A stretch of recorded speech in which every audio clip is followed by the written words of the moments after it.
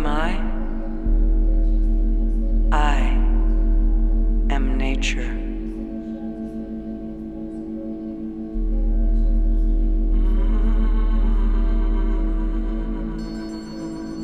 Once I heard everything. I roamed the forest. I ate of the white snake and heard the voice of every living thing.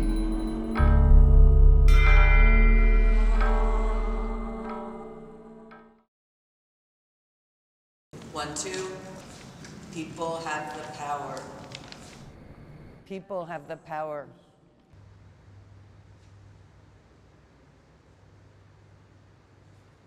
Hi, Patti. First of all, thank you for being here.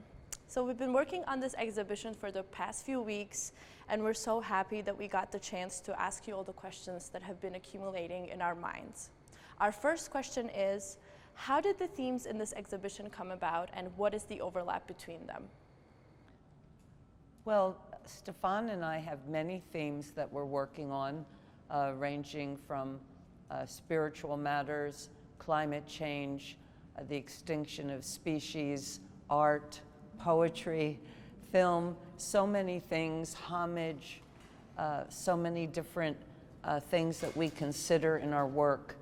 And we, in this exhibition, we wanted to present a mix of art in its highest form, history, mythology, and what is happening to our world because of not only climate change, but because of mankind's abuse of the land, of nature. And so within these films, we are seeing many animals and birds and butterflies, all kinds of living things that have been extinct in my lifetime, fires, all the massive fires that have happened in my lifetime. But we're also addressing great artists like Pasolini and Maria Callas and Tarkovsky. And within those, they overlap because, of course, Pasolini directed Medea. I'm very interested in Medea as a strong, yet one of the most strongest yet tragic female figures in the history of literature and art, and I was interested in her history. So we have consideration of Medea and Pasolini's view through Maria Callas, and then I wrote some poetry for Pasolini, more edgy, darker poetry, and about his assassination. And so we have footage, very hardcore footage, that's never been seen, that addresses Pasolini's murder, and also footage that was never seen by Pasolini in homage to Medea. And then, of course, we have Chernobyl, which is also linked, the tragedy at Chernobyl and how it destroyed. People died, forests, everything because of radioactivity with the extinction of species and fires. But above all that, we have a homage to Andrei Rublev and Tarkovsky, because for me it addresses something most important to me, and that's the calling of art. When an artist feels he wants to be an artist not because of ambition or social media, any of that, but because he has had a calling in his blood, whether from God or just the energies of nature. And so all of these things interrelate. Sorry that was so long. No, that was perfect. But they all interrelate. Everything, the light boxes, everything speaks and resonates of something else. So that I'm hoping, Stefan and I are hoping, that people will visit and get a whole world of ideas, inspiration, things to think about. and things to act on. Regarding all the artists this exhibition pays homage to, such as Tarkovsky, Pasolini, and Rublev, who all have sacrificed themselves for the sake of art in their own ways, can being an artist feel like a burden sometimes? Yes, I think that, well, some of our most beautiful things in life require much sacrifice. Having children, which I have had 3, it's both one of the most beautiful things, but also requires great amounts of sacrifice. And to be an artist, it is one of such a beautiful calling. One lives their life as a worker and a visionary, but the cost of being an artist is you never can just relax. For me, I would like to be, you know, sometimes just a simple tourist, or someone just walking through a forest, or, you know, being happy all day. But everything that happens, good or bad, my mind is turning into a story, into a poem, and sometimes I feel like it's almost a curse, but it's a blessed curse. And yes, I think at times it's a burden, but would I not want to have it? For me, I feel very privileged to have this burden. As you've previously mentioned, all these artworks were created either by mental or physical traveling. Can you talk about if they are similar or if they evoke different things inside of us? That's a very good question. Stefan is the physical traveler because he goes up, like even here, he went up into the glaciers. He was like climbing a mountain for 7 hours to get particular stones for the exhibition so that they would be true, whether he is getting soil somewhere up in the caves of Mexico, in Ethiopia. I'm not able to do, because my health, I can't, and my age, I'm not really able to travel the way that he travels. So he does all the hard travel, but I'm a mental traveler. And so he brings back these things. He can give me a stone from a place, and I can hold it and feel it, and a part of me can channel and feel where it came from, something of the atmosphere, something of the people. So we're both, we sort of are 2 halves, and we merge together, the mental and physical traveler, to get the atmosphere and to get visual content or even music, words that will articulate what we want to do. For instance, I didn't go to Chernobyl. Stefan went to Chernobyl. He taped inside the reactor. He was in a very dangerous place, a forest that was radioactive. He did all of this. I didn't go, but he brought back stones, he brought back sounds, he brought back film, and through it, and through study, I was able to feel some of the terrible anguish of the people and the children and even the trees that, you know, they bear fruit and you can't eat it because it's poisonous. So I was able to speak of all of that. And it's a beautiful relationship that we have, because me being the mental traveler, he's the physical traveler, yet we're also of one mind. He's extremely intelligent, and we both feel the same thing, both humanists, both concerned about our environment, about children, about the future. So we're a good team. One of my favorite pieces in this exhibition is Prince of Anarchy, the poem about Peter Kropotkin, who was a very interesting person.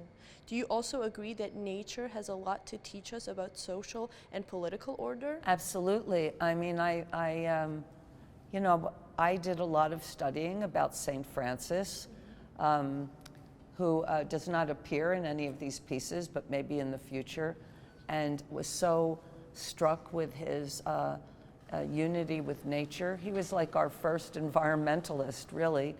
And then Stefan introduced me to Peter Kropotkin. And, he was, they call him the Prince of Anarchy, and he wrote all of these books and The Triumph of Bread. Yet he was also more of an amateur scientist. He went to Siberia. He was measuring the permafrost, measuring ice sheets, and noticing in the 19th century that they were diminishing. He was concerned in the 19th century. And so I learned, how this man, environmental issues don't just belong to a certain part of society. It's something that impacts all of us, all of us. It impacts immigration, and it impacts our water supply, everything. But there's another, I also like the Prince of Anarchy for two other reasons. The voice that you hear in the beginning is the voice of Jean-Luc Godard, which I find very touching to hear his voice. But also, I lost my husband very young. He was only 45, really beautiful. He was the love of my life. And he had some of the Prince of Anarchy about him. And so it's also a double piece. That poem at the end, I really wrote for my husband. And when I read it or speak it, I'm remembering Peter Kropotkin, but I'm really thinking of my husband.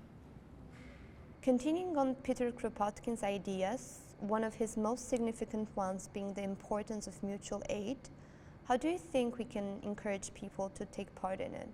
I think we just have to, first of all, have them accept the idea of mutual aid. It's such a simple concept, I look right now, when we're involved in so many things and the threats of war, really all we need is for everybody to stop and help one another.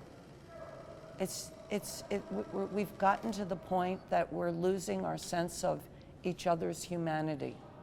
And I think the first thing is, the earliest of Christian teachings, love one another. Love one another. Nature has worked with itself, mutual aid, since the beginning of time. The stars and the sun, and we're all recipients of this abstract, silent mutual aid, and we just mimic it. The sun gives us light, it gives us warmth, it gives us life. It asks for nothing, So, the trees, they ask for nothing except for us just simply respect them. Respect them. If they're dry, give them water. And when they're beautiful and giving us shade and oxygen, don't cut them down. But I'm not really answering your question very well. I'm not very philosophic. I just think that these two words are self-explanatory. Help one another. It's such a simple concept. And if, you see someone in trouble, you see someone being bullied, or you see someone trip and fall, just give them a helping hand. Such a simple, it's, if somebody falls, or if a child falls down, you don't ask the child, well, what's your religion, where are you from, and before you help the child, you just help the child. It's helping one another without all of these filters and barriers, just simply because we're all human, we all breathe. One of the most fascinating things about this exhibition is how it translates harsh realities of the world through art, poetry, and sound to create an impact. For example, the wildfires and mass extinctions table filled with the names of the ones that have happened only in your lifetime. Would you say that this exhibition is a hope for a change, or is it just a litany of something that is gone? Are we grieving, or are we hoping and manifesting activism? Well, that's an excellent question. You've pretty much answered it. I mean, one is to just, because people live in their own bubble. We're trying to show, for instance, the fires. These are only fires that happened in my lifetime. All right, that's 77 years. But in 77 years, we have lost all of these species. We have lost these fires. It's both teaching and saying, and a warning, but also instruction.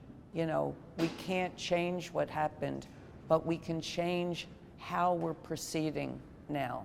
We can make sure that, you know, all the pesticides that are killing our bumblebees, our butterflies, you know, small important animals, our birds, you know, just all these things.